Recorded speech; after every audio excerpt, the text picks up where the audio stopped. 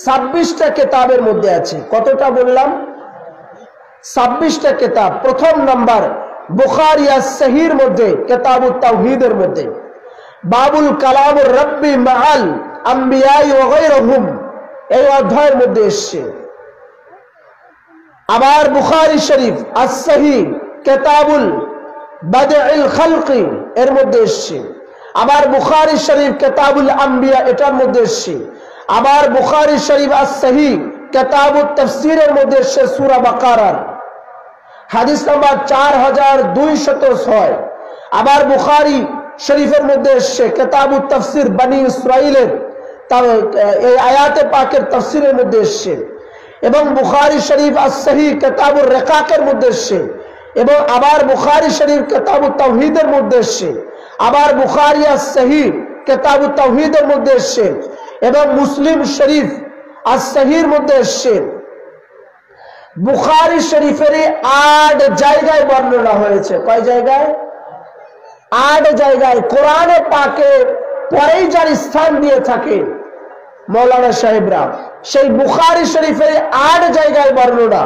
আবার মুসলিম শরীফের মধ্যে আছে, তিরমিজি শরীফের মধ্যে আছে, ইমাম আহমদ ইবনে হাম্বল এনেছেন, আবু দাউদের মধ্যে আছে, আবার ইমাম বাইহাকি এনেছেন, আবু ইয়ালা এনেছেন, এছাড়াও ইবনে হিব্বান এনেছেন, মাজমাউল জাওয়াইদের মধ্যে এসেছে, সিয়াসত-তারি 4খানা কিতাবের মধ্যে এসেছে।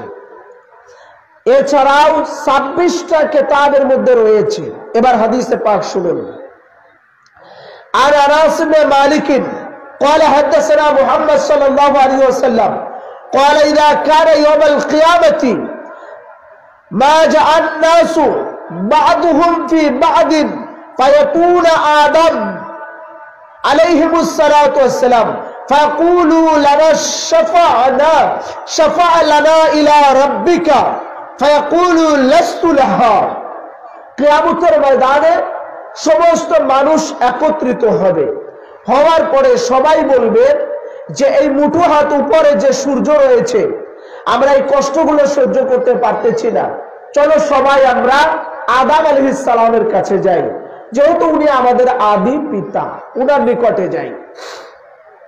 সমস্ত মানুষ চলে যাবেন, আদম আলাইহিস সালামের কাছে গিয়ে বলবেন শাফা'a লানা ইলা রাব্বিক, আপনি আল্লাহর কাছে বলে আমাদেরকে শাফায়াত করেন, সুপারিশ করেন।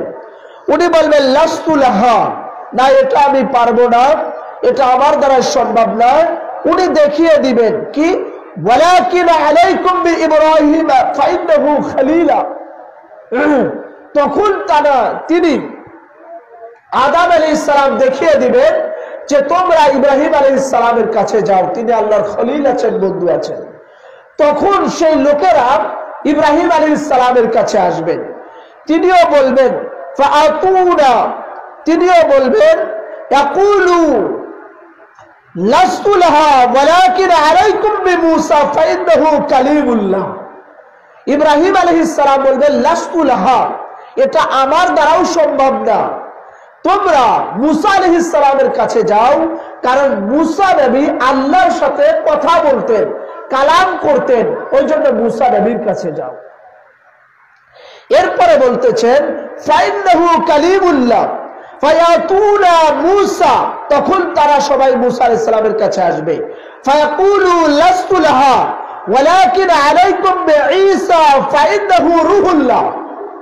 মুসা আলাইহিস সালামের কাছে আসবেন, বলবেন আপনি আল্লাহর কাছে আমাদের জন্য আরজি পেশ করেন, যেন আমাদের শাফায়াত হয়, আমাদের একটা বিচার কার্য হয়ে যায়, আমরা এটা সহ্য করতে পারছি না। তখন মুসা আলাইহিস সালাম বলবেন লাস্তু লাহা, এটা আমার দ্বারা সম্ভব না, তোমরা ঈসা আলাইহিস সালামের কাছে যাও। কেন? ঈসা আলাইহিস সালাম হচ্ছেন আল্লাহ পাকের রূহ আছেন, ওনাকে ঈসা রুহুল্লাহ বলা হয়। এই জন্য আল্লাহর নবী ঈসা রুহুল্লাহর নিকটে যাও, তিনি পারবেন। তো সবাই একত্রিত হয়ে ঈসা আলাইহিস সালামের কাছে আসবেন। আসার পরে বলবেন ফায়াকুলু লাস্তু লাহা ওয়ালাকিন আলাইকুম বিমুহাম্মাদ সাল্লাল্লাহু আলাইহি ওয়াসাল্লাম ফাবিতুনি ফাআকুলু আনা লাহা ওয়া আযান্নু আলা রাব্বিক। ঈসা আলাইহিস সালাম বলবেন এটা আমার দ্বারাই সম্ভব না, তবে একজন নবী পারবেন, যেই নবীকে আল্লাহ তাআলা সর্বশ্রেষ্ঠ করে পাঠিয়েছেন, তিনি হচ্ছেন আকাইনন্দের তাজদারে মদিনা, রসুল করিম সরকারে দু আলম, ইমামুল আম্বিয়া, শফিউল মুজনবিন, আনিসুল গারিবিন, রাহাতুল আশিকিন, ফরহাদুল মুরগাবিন, খাতামুন নবিয়িনা, নবী মুহাম্মদুর রাসূলুল্লাহ সাল্লাল্লাহু আলাইহি ওয়াসাল্লাম। উনি পারবেন, উনার নিকটে তোমরা যাও।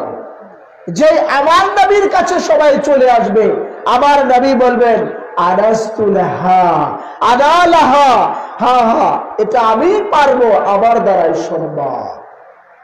তখন আমার নবী কি করবেন? আমার নবী সাল্লাল্লাহু আলাইহি ওয়াসাল্লাম তখন তিনি মাহামিলা আহমাদুহু বিমা তাহযুরুনি আযান্না আহমাদু বিকা, এরপর আমার রাসূল সাল্লাল্লাহু আলাইহি ওয়াসাল্লাম আখিরুল লাহু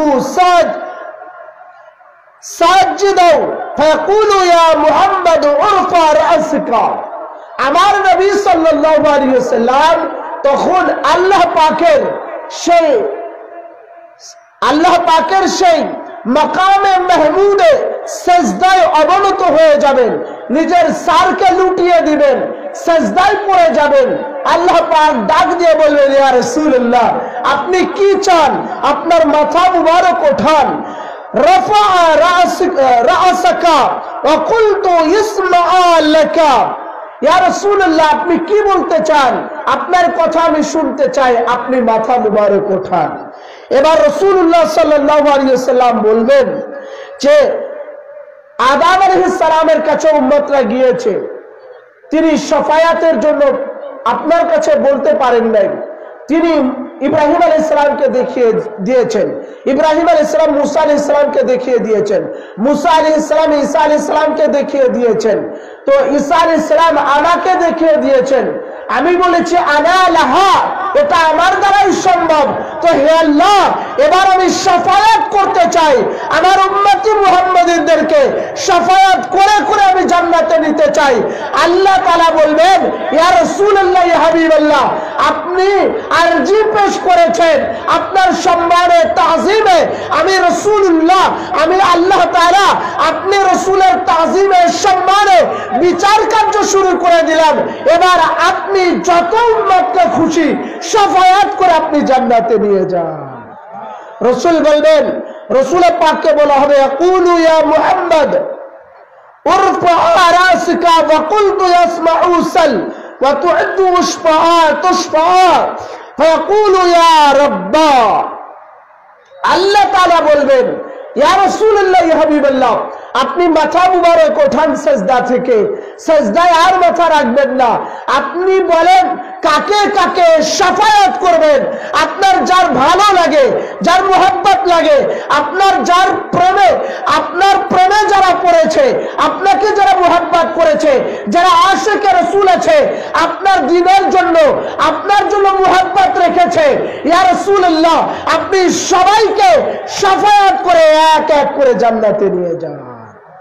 আল্লাহর রাসূল এক এক করে শাফায়াত করে উম্মতি মুহাম্মাদীদেরকে জান্নাতে নিয়ে